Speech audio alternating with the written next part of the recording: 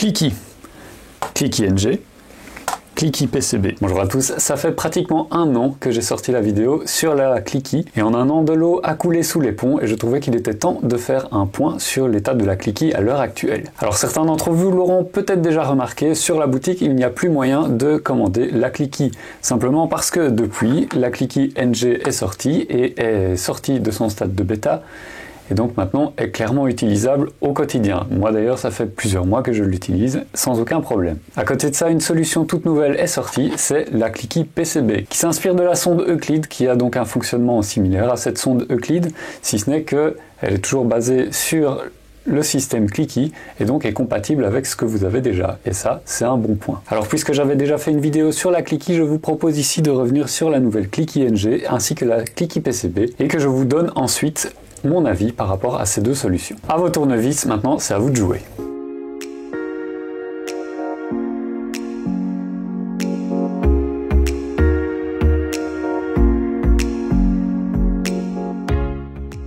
Alors pour commencer, si vous passez d'une Clicky classique ou d'une Clicky NG à la Clicky PCB, vous avez 3 pièces en plastique à imprimer ici.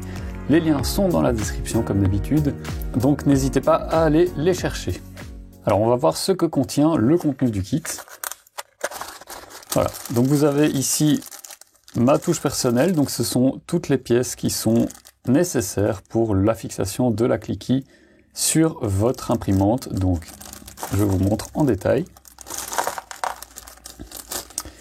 Du câble, des prises microfit pour pouvoir remplacer facilement votre sonde inductive, des T-nuts M5, les vis M5 qui vont avec pour fixer le dock, un aimant 3x6, 4 vis M3x8, 4 inserts à chaud et 2 vis M3x20. Alors tout ça vous ne trouverez évidemment pas ailleurs que sur la boutique de la chaîne, ce sont toutes les pièces qui sont nécessaires donc à la fixation de l'ensemble sur votre imprimante 3D. Par contre si vous avez déjà une sonde Clicky, ben dans ce cas-là ceci n'est pas nécessaire pour vous. Par contre ceci l'est. Donc voici le premier type de PCB, donc vous en avez deux, ce sont les PCB avec le micro switch, qui est donc un micro switch différent de ce que vous avez sur une sonde Clicky. Donc comme vous le voyez, vous avez ici un bâton plutôt que d'avoir un petit bouton ici. Donc il y a une course un peu plus grande sur cette tige-là. On verra à l'usage comment ça se passera. Et ensuite, vous avez ce PCB ici qui est une prise d'un côté et une LED de l'autre côté, ainsi que la possibilité de mettre la sonde en 5 volts si par exemple vous avez un CAN bus. C'est pratique, il y a juste une petite soudure à faire ici, sinon de base elle est en 24 volts.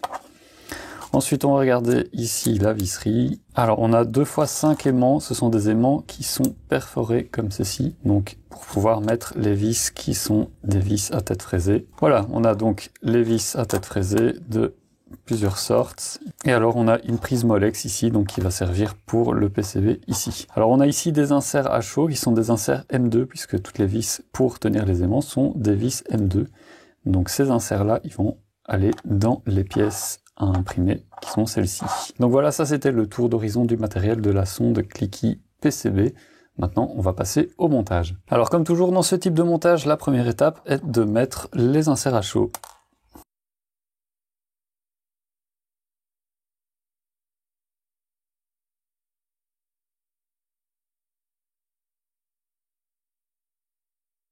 Alors pour la suite, on va avoir besoin d'identifier la polarité de nos aimants. Et donc pour ça, on va utiliser une appli qui s'appelle Pole Detector. Encore une fois, c'est un lien que je vous mets dans la description. Alors comment fonctionne cette application? On va prendre ici les aimants avec la partie qui n'est pas fraisée et on va mettre cette partie comme ceci devant le téléphone. Voilà, donc ici, on a le pôle nord qui a été identifié. On va confirmer ça avec les aimants opposés. Et donc là, on a bien le pôle sud. Donc ici, on sait que ce sont des pôles sud et les autres sont des pôles nord, donc dans la partie qui n'est pas fraisée. Alors pour commencer, on va prendre un des PCB avec un micro switch soudé dessus. On va prendre cette pièce-ci, qui est donc la pièce qui vient entourer le micro switch. Vous orientez correctement les trous. Vous mettez ça comme ceci. On prend deux aimants qui sont orientés au nord du côté non fraisé. Vous mettez une petite vis dedans et alors vous venez le fixer ici au niveau des deux trous qui sont l'un à côté de l'autre.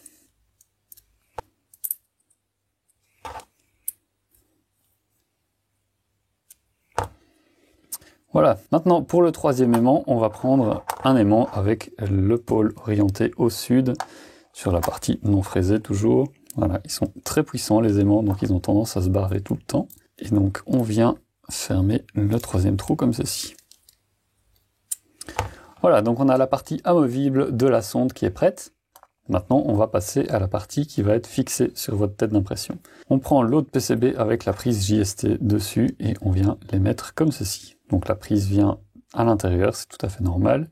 Vous alignez encore une fois ici les trous. On prend deux aimants orientés au sud. Et donc évidemment, on vient faire l'exact opposé de ce qu'on a fait sur la partie amovible. Maintenant, on prend un dernier aimant nord. Et cet aimant, on va le placer évidemment dans le dernier emplacement qui est prévu pour. Voilà, donc ça c'est prêt. Maintenant, on va tester le fonctionnement. Voilà, donc on a nos aimants qui sont bien alignés, qui sont bien l'un contre l'autre. On n'a pas de mouvement parasite, donc c'est très bien, on peut passer à la suite. Alors la suite, c'est ici, on a un emplacement pour une vis à mettre, voilà, comme ceci. Alors cette vis est simplement une vis qui va servir à être aimantée pour pouvoir ranger la sonde dans le dock. Pour cette partie-là, on est bon. Maintenant, on va s'occuper du dock. Alors vous allez voir, c'est tout simple. Pour le dock, on a juste un aimant à mettre. Et c'est l'aimant que je fournis dans la partie complémentaire du kit. Donc cet aimant, vous le mettez comme ceci. Voilà, et il va jusqu'au fond de la pièce. Maintenant, on va tester à nouveau le fonctionnement. Donc c'est pas plus compliqué que ça. Alors maintenant il n'y a plus qu'à faire le petit câble qui permet de relier la prise existante de la sonde inductive vers ici le JST de cette sonde cliquis PCB. Donc pour ça vous avez le fil d'une trentaine de centimètres, vous allez le couper en 3. Ensuite vous le dénudez sur les deux côtés et alors on vient sertir directement les prises dessus. Ça, vous savez comment ça fonctionne.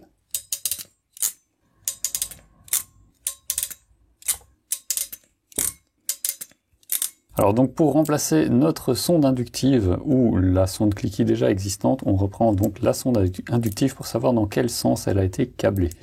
Donc on a le brun pour le plus, on a le noir pour la data et on a le moins qui est sur le câble bleu. Alors ici sur le PCB de la cliquis, on a le moins sur la première broche, on a ensuite le data sur la broche du milieu et on a le plus sur la dernière broche. Ce qui veut dire qu'on a un câblage assez similaire, donc pour ça, on n'a pas trop de soucis à se faire. Il faut juste éviter d'inverser le plus et le moins, parce que sinon vous allez avoir un joli feu d'artifice. La première broche qui est le moins. Le moins, donc, c'est le bleu. Ça veut dire que ça va comme ceci.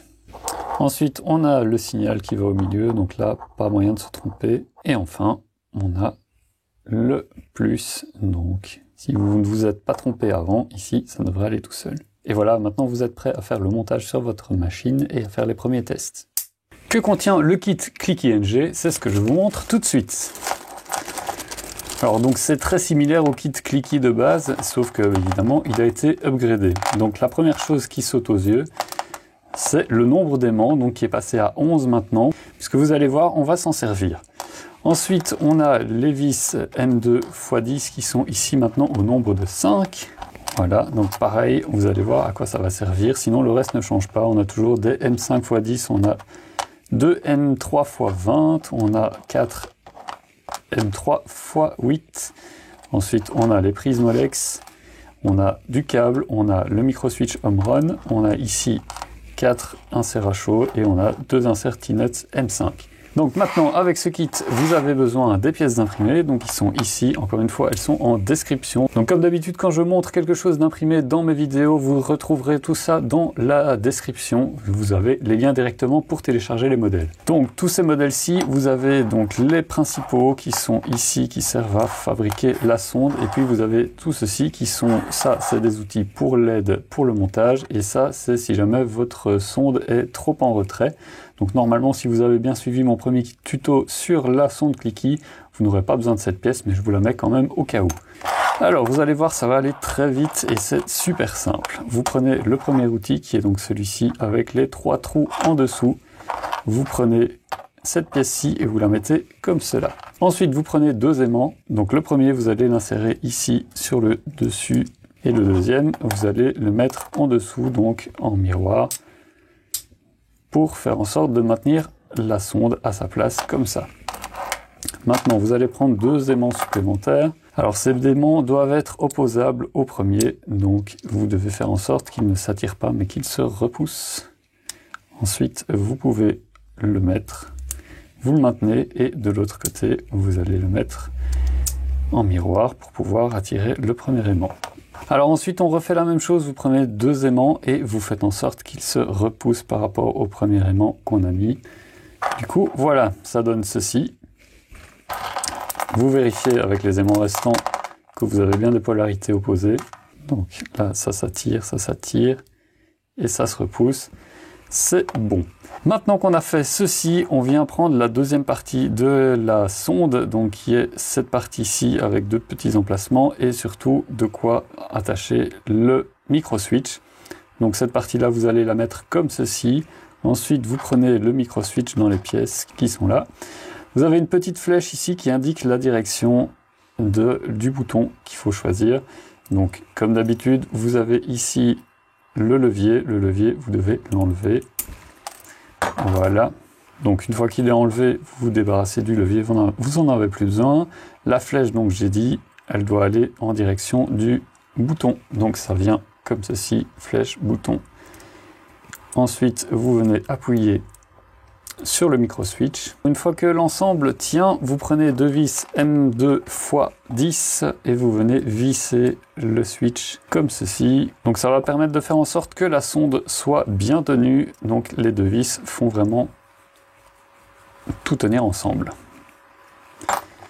Voilà, une fois que c'est fait, vous avez votre sonde qui est prête. Vous avez vu, ça prend quelques secondes à faire. Une fois que vous avez l'habitude, ça va même encore plus vite que ça. Donc voilà, maintenant votre sonde est prête et comme vous avez vu, une fois que vous avez l'habitude, ça va très vite à faire. Maintenant, on va s'occuper de la partie qui va rester sur la tête d'impression. Donc c'est cette partie-ci qui est à visser au niveau, donc derrière votre extrudeur. Donc ceci, c'est le dock, on n'en a pas besoin. Et alors on a la deuxième partie ici. Alors donc ces 2 parties vont s'assembler comme ceci et vous avez besoin de 2 aimants pour ça. Alors les 2 aimants, on va les prendre ici.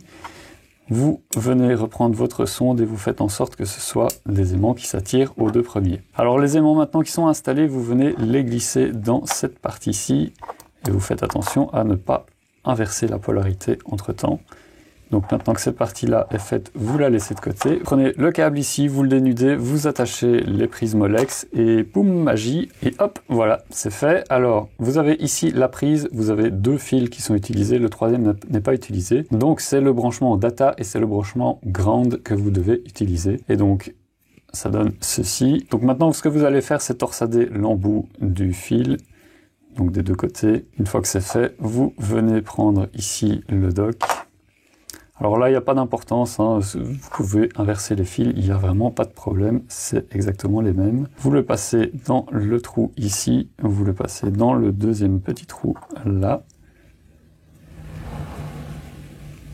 Ensuite, vous le rebouclez dans les emplacements qui sont prévus pour. Donc en fait, vous avez 2 petites fentes qui permettent de passer le câble.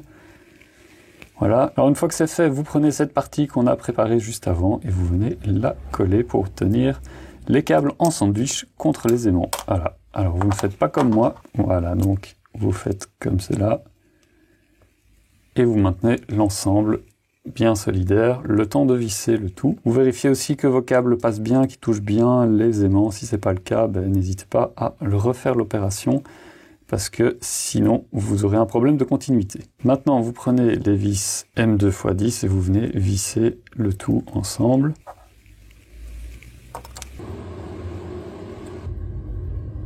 Alors si vous le voulez, vous pouvez aussi attacher les fils ici avec un petit colson. Donc ça permet de rendre l'ensemble un petit peu plus propre. Bon, moi ici je ne vais pas le faire puisque je vais remplacer la sonde. Mais comme ça, vous savez que vous pouvez le faire. Bon, alors avant d'aller plus loin, on va tester la continuité de l'ensemble. Donc pour ça, vous dockez la sonde donc comme ceci. Faites en sorte que les 2 aimants se touchent bien. Une fois que vous avez fait ceci, vous prenez votre multimètre, vous le mettez en mode continuité, donc c'est la petite vaguelette. Une fois que vous avez fait ça, vous prenez votre sonde, vous vérifiez d'abord que vous êtes bien en mode continuité, ça doit biper. Vous branchez une première broche sur la prise et la deuxième sur l'autre prise. Et voilà, ça doit biper. Si c'est bon que ça bip, vous vérifiez aussi le fonctionnement une fois que le micro switch est cliqué. Ça ne doit pas biper, c'est tout à fait normal. Donc voilà, c'est bon pour la continuité, donc on peut passer à la fin du montage. Alors pour la fin du montage, vous avez besoin de 3 aimants et du dock. Le premier aimant, vous allez le mettre derrière la sonde, donc dans n'importe quel sens, ça n'a pas d'importance. Voilà, comme ça. Et ensuite, vous allez mettre le deuxième élément en opposition, donc derrière le dock. Voilà. Ils doivent s'attirer comme ceci. Une fois que ça c'est fait, on va passer au dernier aimant. Et alors le dernier aimant, il vient se mettre ici derrière. Donc pour ça, vous remettez la sonde sur son support. Et ensuite, vous venez mettre le dernier aimant dans l'emplacement ici. Voilà, ça doit rentrer tout seul.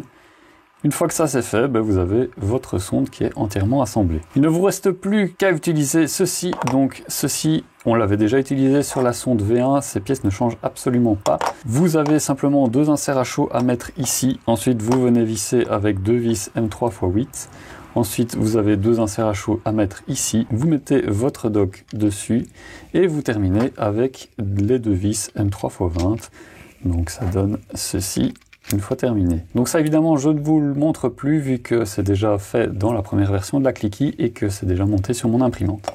Vous allez voir, pour le montage c'est très simple vu qu'il suffit de démonter votre tête d'impression ainsi que le dock qui est derrière. Donc on va commencer par le dock. Voilà, le dock est démonté. Maintenant je passe à la tête d'impression.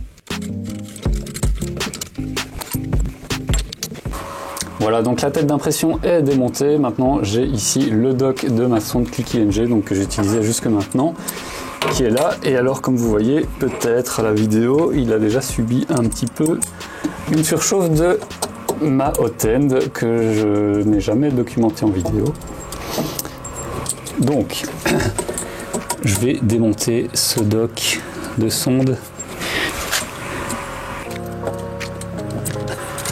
Voilà, ensuite je viens tirer la prise. Ah, j'avais oublié que j'avais fait passer le câble par là. Donc je suis obligé de démonter l'extrudeur. Ça m'arrange pas spécialement. Heureusement, c'est 2 vis à enlever, donc ça va vite. Alors maintenant je prends mon dock Clicky PCB que je viens mettre ici. Alors pour ça, je reprends les vis M3 x 10 que j'utilisais pour la fixation de ma sonde précédemment. Et alors je viens visser l'ensemble. Du coup, votre fixation, elle doit être mise au maximum. Donc ça, c'est comme toujours avec la Clicky.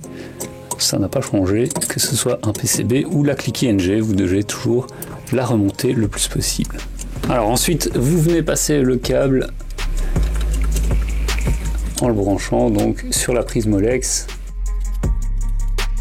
Et donc voilà, une fois que c'est fait, vous n'avez plus qu'à tout remonter.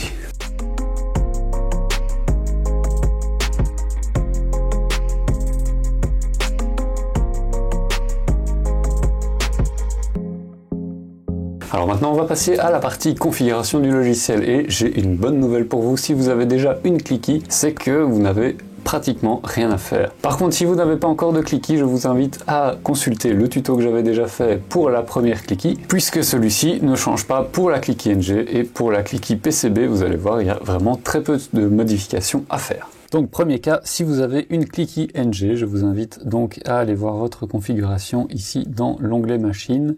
Vous allez ensuite ouvrir le fichier Clicky Variables qui contient donc toutes vos configurations liées à la Clicky, et alors vous avez ici le variable docklocation X et variable docklocation Y.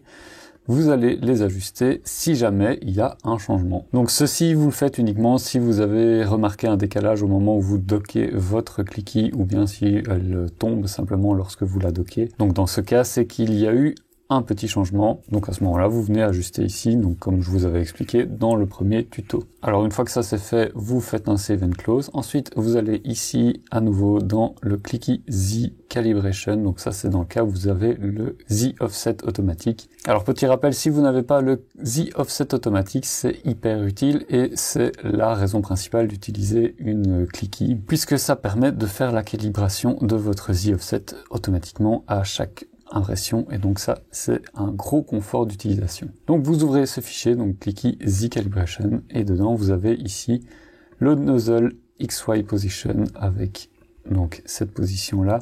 Ça normalement vous ne devez pas y toucher. Maintenant vous avez la deuxième ici variable qui est le switch XY position, donc qui est de base ici chez moi à 201, 281. Si vous remarquez que au moment de faire le Z Offset automatique, votre sonde n'est pas correctement placée, n'hésitez pas à ajuster ça. Ensuite, le switch offset, donc ça vous la connaissez bien si vous avez le Z Offset automatique. Forcément, puisque vous venez de changer de sonde, il sera probablement à refaire, donc n'hésitez pas à jeter un œil à ça. Ensuite, vous faites un Save and Restart et normalement, vous êtes bon. Alors, vous allez voir maintenant pour la Clicky PCB, c'est pas franchement plus compliqué. Par contre, elle m'a donné un peu de fil à retordre et du coup, je vous livre directement ma recette pour faire fonctionner directement votre Clicky PCB en sachant qu'il y a des erreurs dans la documentation et donc, voilà, mon guide va corriger les erreurs. Pendant ce temps-là, je vais en discuter avec l'auteur du mode et je vais lui proposer des corrections pour sa documentation, comme ça tout le monde pourra en profiter.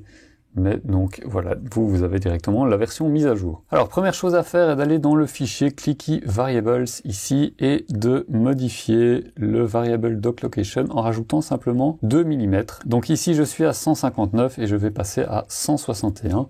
Ça, c'est dû au fait que simplement la position de la sonde change. Et ici, votre switch est aligné à votre buse et donc c'est ça qui fait le changement de 2 mm. Vous pouvez faire un Save and Close. Ensuite, si vous avez le Z Offset automatique, vous allez sur le fichier Clicky Z Calibration. Alors, vous allez ici changer le switch XY Position qui est donc de 201 à 281.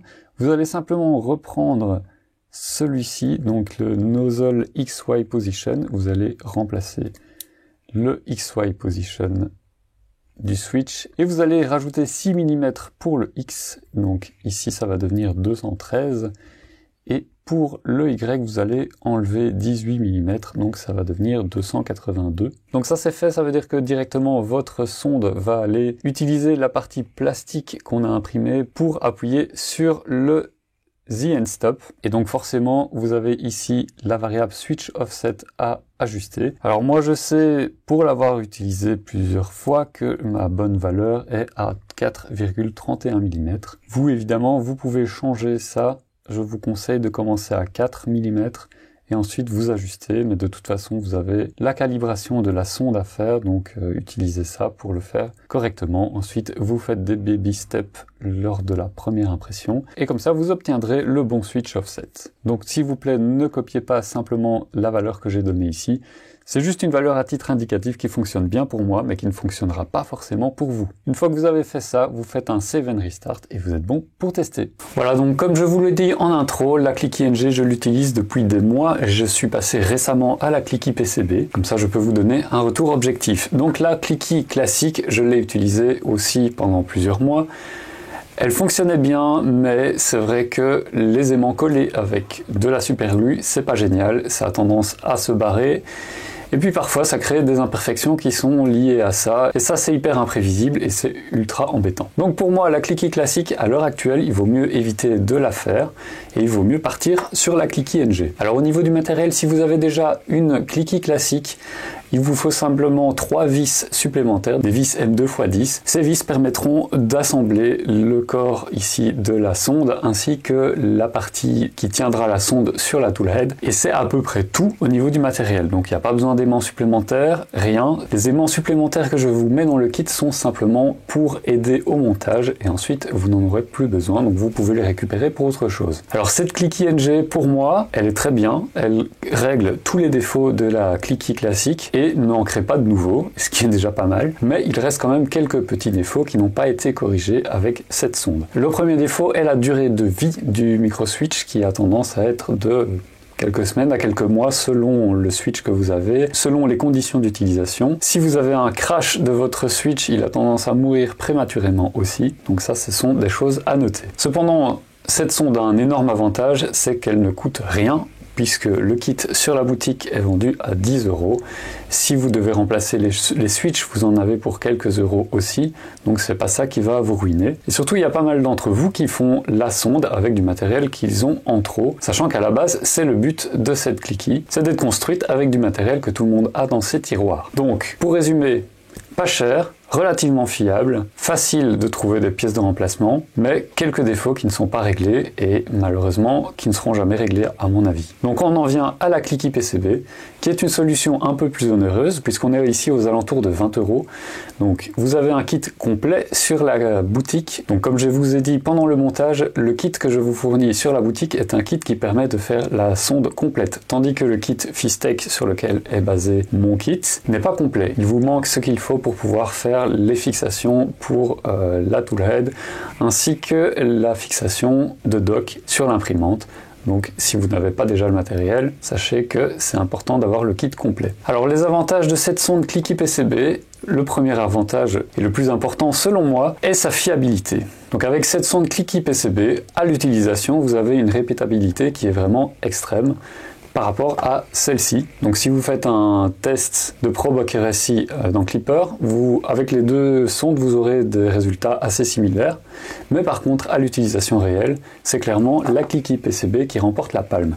Même si la Cliqui NG remporte la mention honorable, puisqu'elle s'en sort quand même bien. Alors au niveau du switch, on a un switch différent aussi, qui est un switch plus épais, qui est censé être plus résistant aussi, et apparemment plus précis à l'utilisation. Alors dans mon utilisation, je n'ai pas vu de grande différence, mais de toute façon, les résultats que j'ai avec la Cliqui PCB sont hyper fiables. Une fois que j'ai réglé mon offset, je peux vraiment y aller les yeux fermés, lancer une impression et être tranquille, sans spécialement vérifier que la sonde ne s'est pas crachée sur le lit, ou que éventuellement ma buse est en train de racler complètement mon PEI. À mon avis, certains d'entre vous se reconnaîtront là-dedans. Alors si je devais faire maintenant un choix, je prendrais évidemment la sonde Cliqui PCB, simplement pour sa répétabilité et le fait que je peux y aller les yeux fermés. Alors sachez que malgré son prix un petit peu plus élevé, vous avez quand même deux sondes équipées de 2 micro-switches qui sont prêtes à l'emploi. Donc ça permet en cas de problème de remplacer directement votre PCB en attendant de commander des switches et de faire le remplacement vous-même, puisque de toute façon le PCB, il n'y a pas besoin de le remplacer.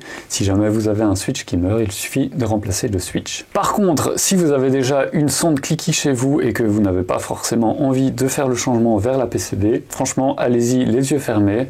Prenez la sonde Cliqui NG, faites le changement, enlevez votre sonde Cliqui classique, mettez le Cliqui NG, franchement vous ne le regretterez pas. Alors pour info, si jamais certains se posent la question, j'ai ceci en stock. Alors pour ceux qui savent ce que c'est le nouveau système de Voron pour pouvoir palper son plateau et pour pouvoir faire le nivellement automatique. Ça permet de remplacer une sonde telle qu'une Cliqui et aussi votre N-Stop Z.